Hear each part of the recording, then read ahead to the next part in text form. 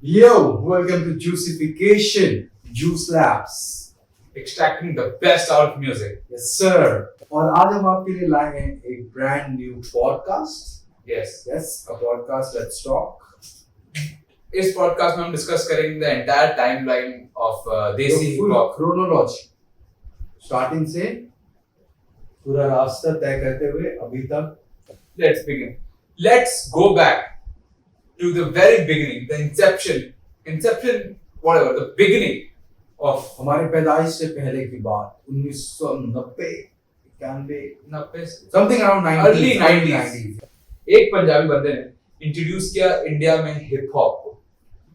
The person was none other than Baba Sagal. Mr. Sehgal. Yes, sir. You heard it right here, right now, and that's true. Baba Sehgal ने किया था पहला rap.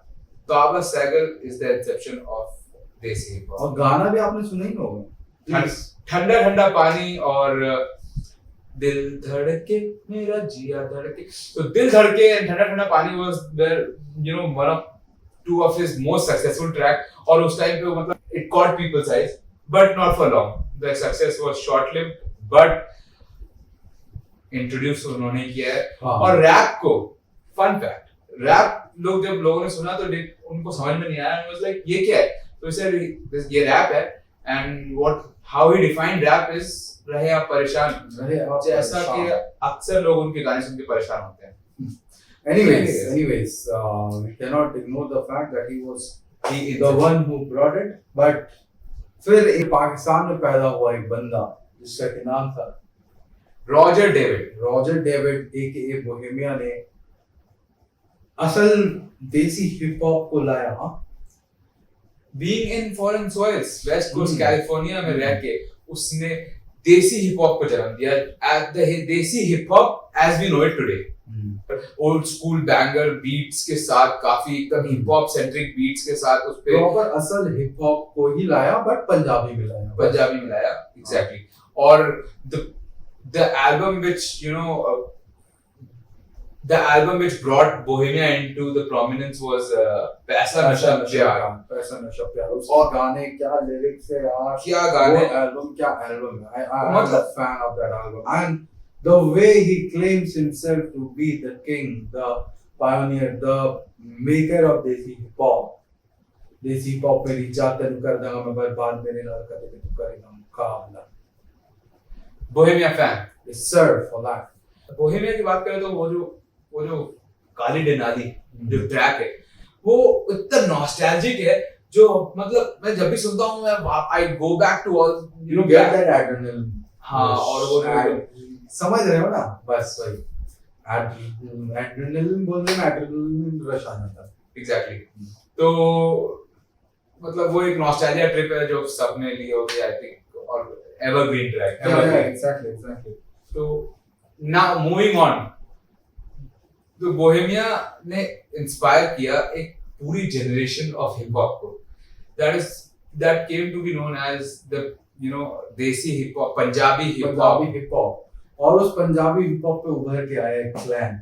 हाँ, mafia मुंदीर, founded by Yo-Yo Honey Singh, alongside रफ्तार, बादशाह, Ikka Music and Alfaz. And there are a few more members. If you remember them, mention them in the comment down below. They go. It was a short-lived reign, but what a reign.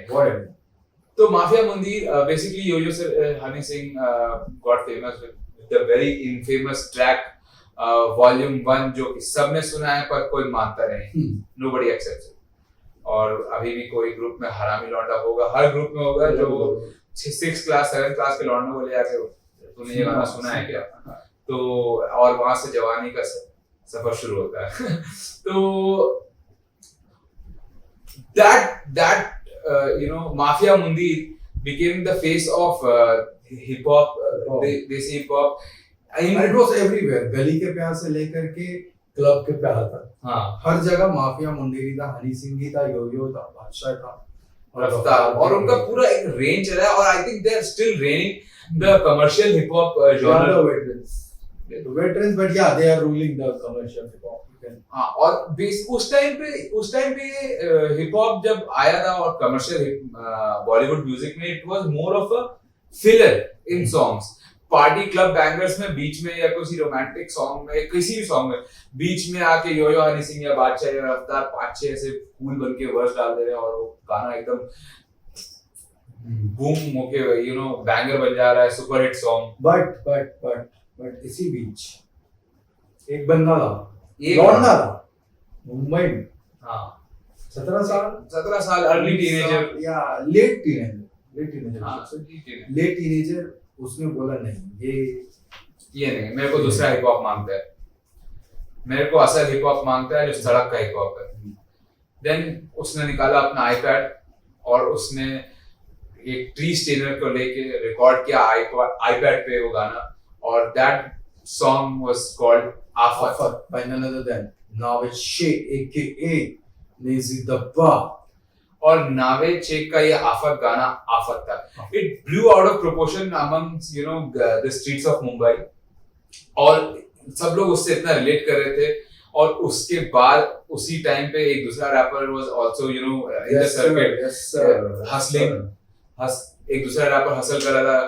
His name was Vivian Fernandez aka Divine, one of the greatest in the rap culture as of now. और फिर जो 5, 9 और 70 साथ में आकर के उन्होंने वो जो चिंगारी लाइन ना देसी पॉप के लिए, मेरे गली में क्या पिवटल पॉइंट था वो हिप हॉप का, देसी हिप हॉप का, जिसने जो मुंबई के सड़कों पे हिप हॉप का आग लगा हुआ था उसको पूरे कंट्री में लगा दिया.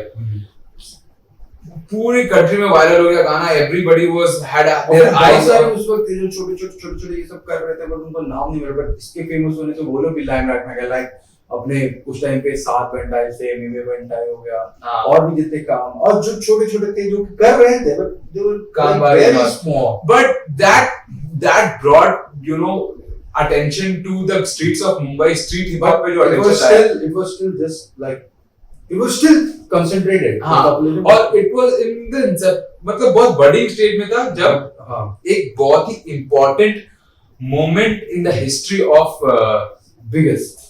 not biggest but a very important moment in the history of hip hop occurred, जब वो गाना जो iPad पे बना था, नावेद शेख ने बनाया था, वो पहुंच गया जोया अख्तर के फोन में.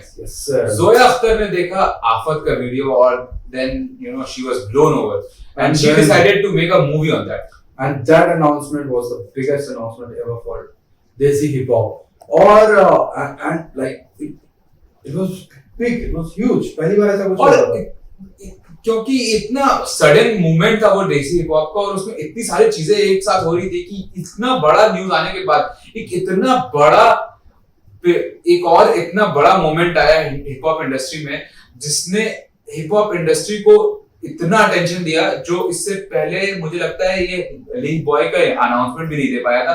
That was the beef between a veteran pioneer of Desi hip hop, Raftaar, and a young guy from gully hip hop, Emile Bantai. Like he is going into the cocoon.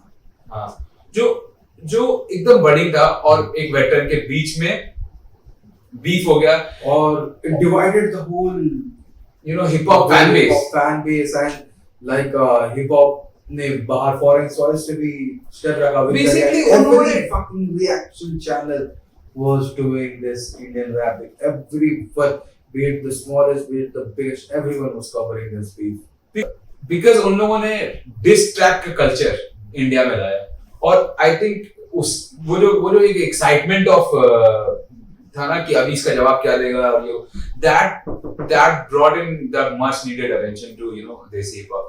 उसके बाद आया हमारा the one, the only, the most important thing, which was alongside that, but most of us neglected.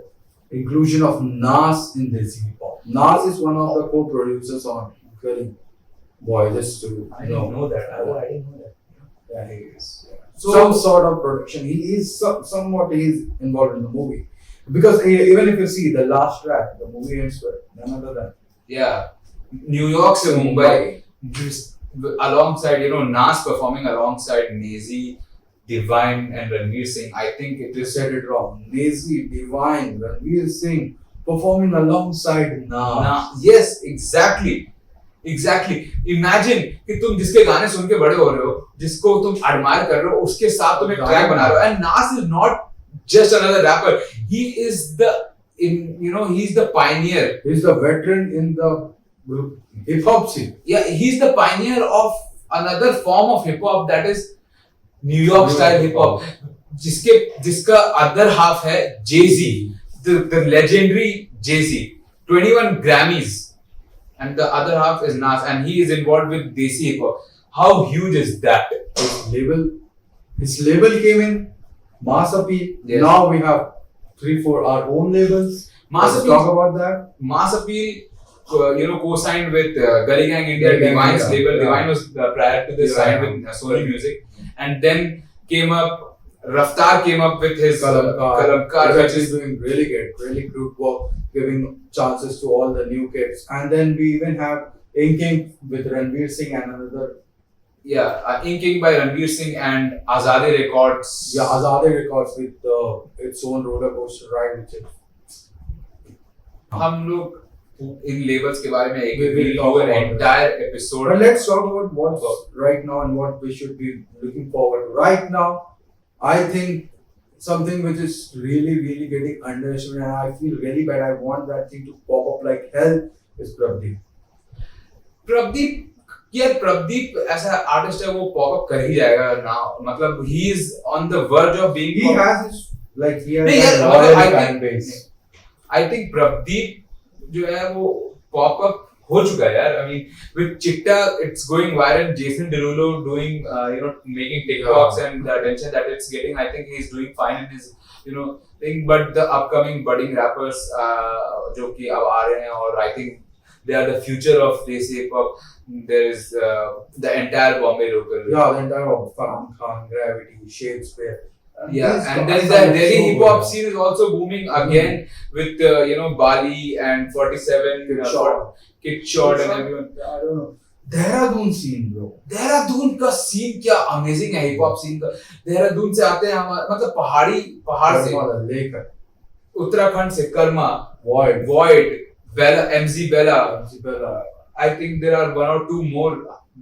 There are many. There are Uttarakhand many. has been like one of the I major think contributors in hip I hop. think there are, if we see it like that, we have 3-4 major cities in India where hip hop is on an extreme boom, with Mumbai with its gully hip hop scene, Punjab with its club bangers, Delhi with its सड़क की वो दिल्ली वाली बातें, वो बकचोदियाँ, और Uttarakhand with A mixture of everything. mixture of everything and amalgam of everything. Pleasant blend of everything. Yes.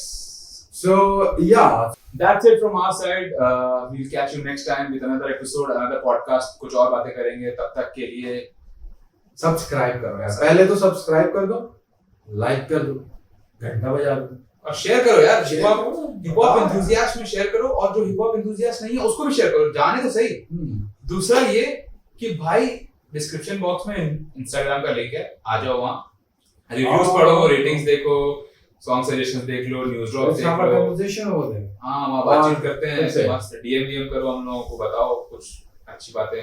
आइए, let's discuss. Let's have a conversation. Let us know what else we can include. और आप लोगों के क्या suggestions है, आप लोगों का जो पॉइंट है बताइए, यहाँ बताइए. इंस्टाग्राम पे आइए, juicefication and juice labs, and hashtag for the culture. This is Patani Shan Arslan Rahman. signing out. We'll catch you next time. Peace.